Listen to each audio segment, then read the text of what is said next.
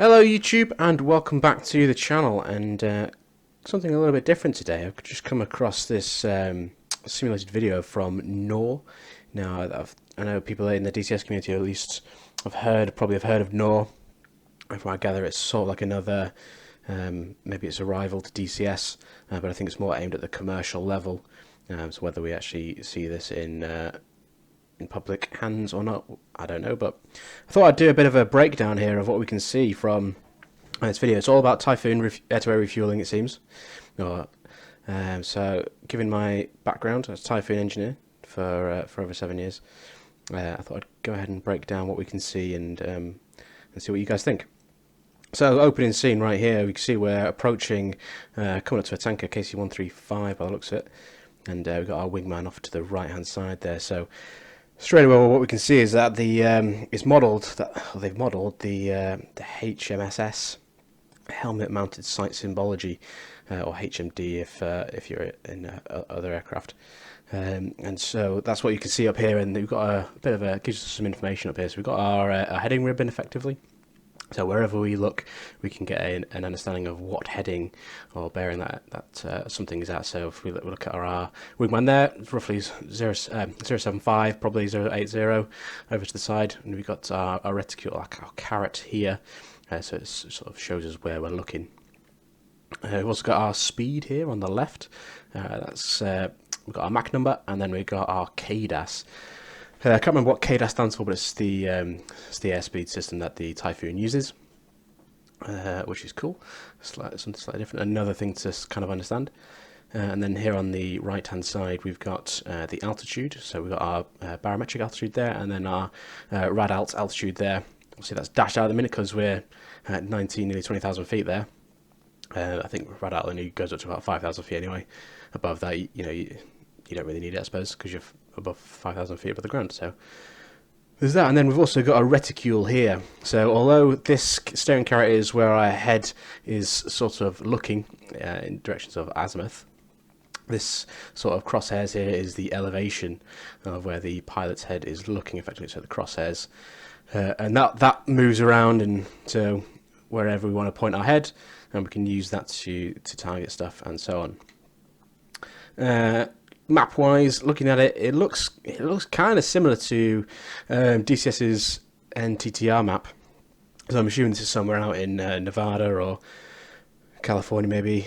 But again, I'm not too sure. I don't know much details about Knorr, to be honest. So let's carry on.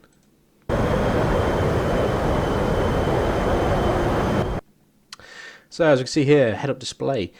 What information are we getting here? So the usual stuff really that you'd expect to see in head-up display. Heading ribbon above the top there, altitude on the right, airspeed on the left, climb dive bars in between, 5-degree increments, and here we can see these sort of inward-facing sort of arrows. That's kind of to indicate our throttle position in a sense. So if we increase our throttles, this will move up, and if we decrease it will move down. We've got our bore sight sort of heading direction, so that's where the aircraft will go to. So if we put that diamond here on, so we put it here on the ground here, and we pointed it to it, the aircraft would go towards that way. And then we've got the this is effectively where the aircraft's pointing the nose in terms of sort of nose attitude, or is that alpha maybe? I don't know. I'm not great at that sort of stuff, but you get the idea. So what else can we see here? So let's just talk about a little bit about the cockpit. So here at the top, we've got some push buttons for our head-up display. So we can either have our velocity vector locked, or we can have it free effectively. We can have our airspeed, different modes. So we can have it as ground speed instead of KDAS, and have the Mach displayed as well. We've got a declutter function, baro rad function there. So again, what we can see is that they're both boxed. So it's indicating that both are displayed. So if there's only one, so that it'd look like that. So if we only had barometric altitude selected, only the baro would be boxed. And then we've got the FLIR option, whether we want to display a FLIR image in the head-up display. Below that, this is a sort of this is a mids piece of kit really. So it gives us some of our messages. The aircraft or the aircrew pilot will get some options there available as and when messages and that sort of stuff comes in. Below that, unfortunately, it looks like it's off. It's either off or they've not modeled yet, but this is some engine information for the pilot, as well as fuel in the front and rear tanks, as well as a total there. So then we've just got some controls on the side for brightness of the head-up display itself. Left of that, we've got this is the left-hand glare shield, and here this is basically where the pilot can control a lot of functions of stuff. So in the minute we're in the MISC mode, and you can see here you can select a lot of stuff. So go to the bogus page, so that's where we sort of simulate having weapons onto the aircraft, and then we've got some other stuff here as well. Next up, we've got the DAS page, DAS options, radio 1, radio 2, XMIT, so that's if, actually we're going up to the tanker, so we'll probably go XMIT, and then silence all. Usually you would, I think it's standard procedure to effectively turn your sensors off at that point. Transponder, interrogator, NIS, I don't recall NIS or using it much, certainly as from a ground crew perspective. Then we've got aids, nav, and mids. Then we've got some altitude functions here at the side, surface options there, which is pretty cool. So let's carry on with the video, shall we?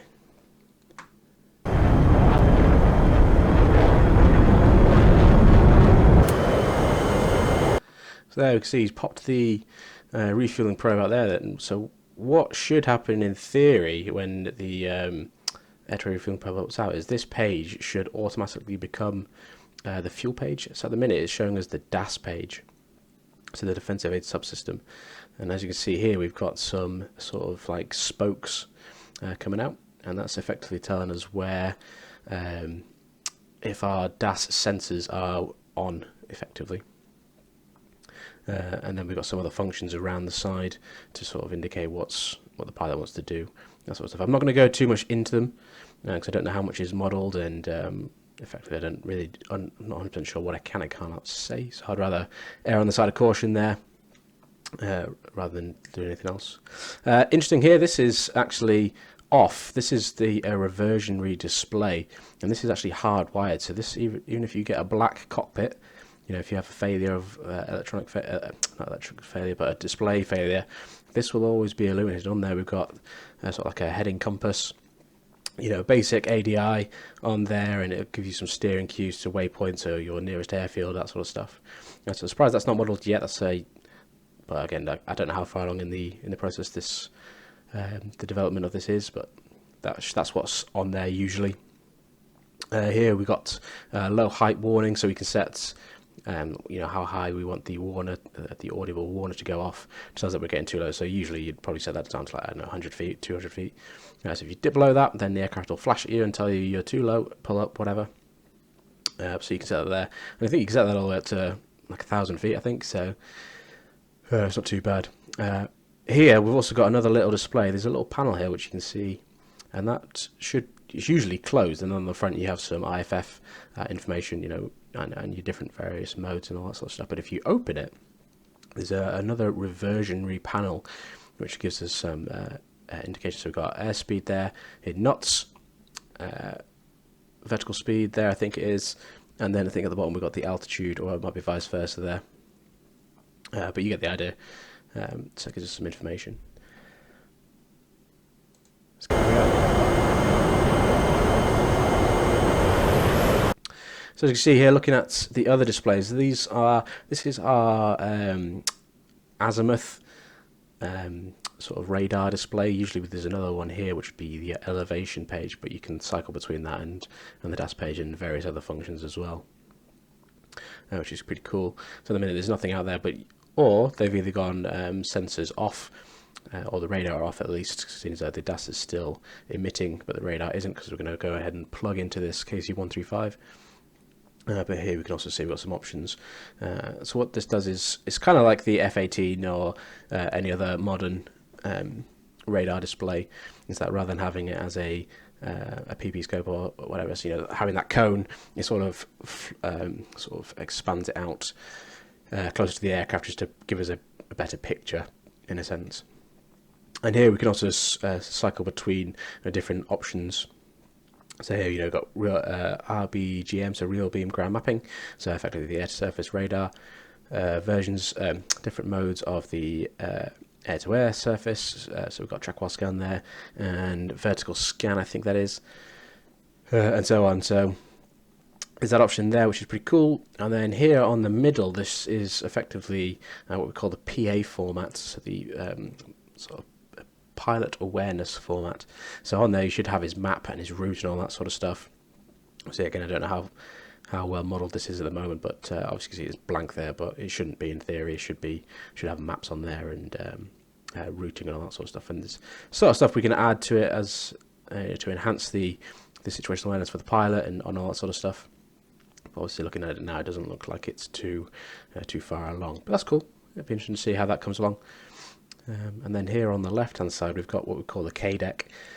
Again, I can't remember what the KDEC stands for. It's been over a year now since I've been away from the aircraft. But this is effectively where the pilot will input data to the aircraft. Here we can select it, and then here on the left we will input the data. So waypoints, lat longs, and all that sort of stuff, which is pretty cool.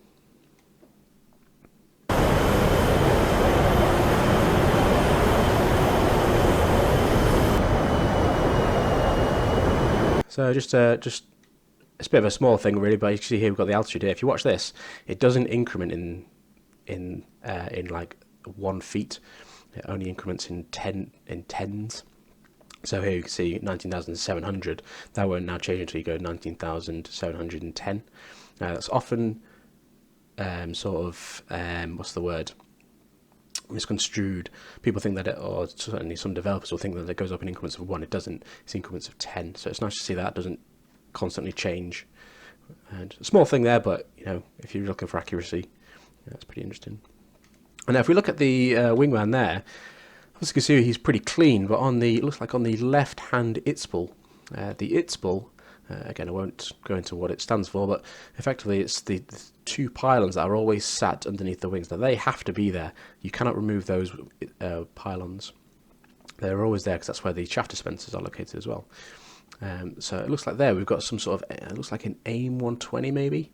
Now I can't recall if an AIM 120 is actually allowed to be on that station or not, but either way this is simulation. But yeah, interesting to see that they've got some sort of weapon on there. Usually air forces, if you look at the UK, Germans, Spanish, pretty much anyone who operates Typhoon, it's usually an IR missile on there, so things like ASRAAM, IRIS-T, that sort of stuff. Or AIM 9 I think it is for some air forces maybe. But yeah, so that's one there, so that's pretty cool.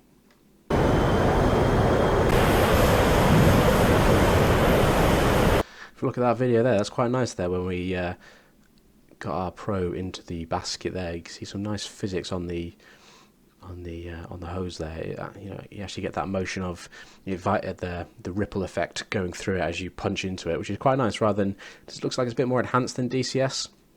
It'd be something that I would love to see DCS do, just to make it a bit more interesting. But yeah, cool effect.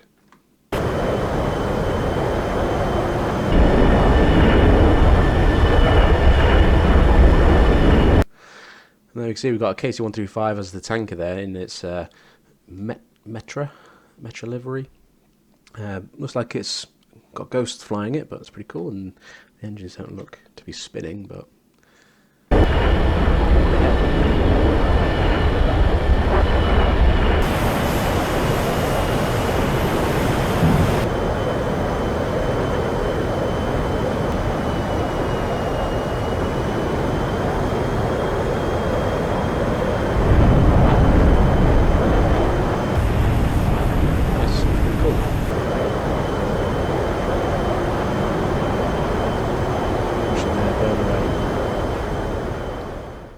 and there we have it, guys. That's the my sort of review. It looks very, very promising. It'll be interesting to see how that compares, or how the DCS version compares coming forward. Let's just close this crap down. Going forward, and yeah, I look forward to seeing some more. I hope it's something that we, as sort of that the general public, will get to use rather than just industry or the MOD or militaries, I suppose. It'll be interesting to see how the heat blowers version stacks up to it. you know, as and when we get to view it. But I suppose if we don't get to view this one, then we'll never know. But yeah, interesting. Anyway, that's my thoughts. Anyway, if you've got any comments or questions down below, let me know, and I'll see what I can do. But until then, until next time, I'll see you later. Bye.